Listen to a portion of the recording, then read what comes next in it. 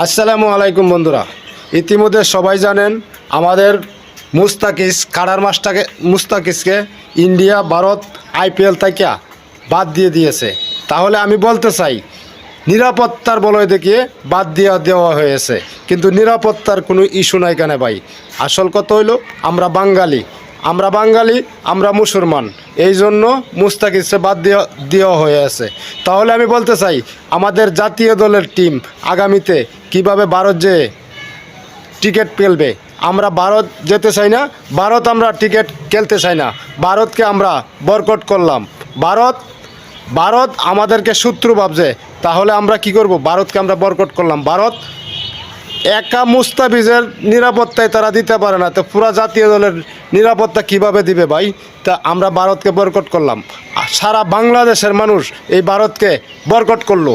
আমাদের জনগণ চায় না ভারত যে আমাদের টিম টিকিট খেলুক, সবাই চায় ভারত না যাওয়ার জন্য। তো ভারত আমরা বয়কট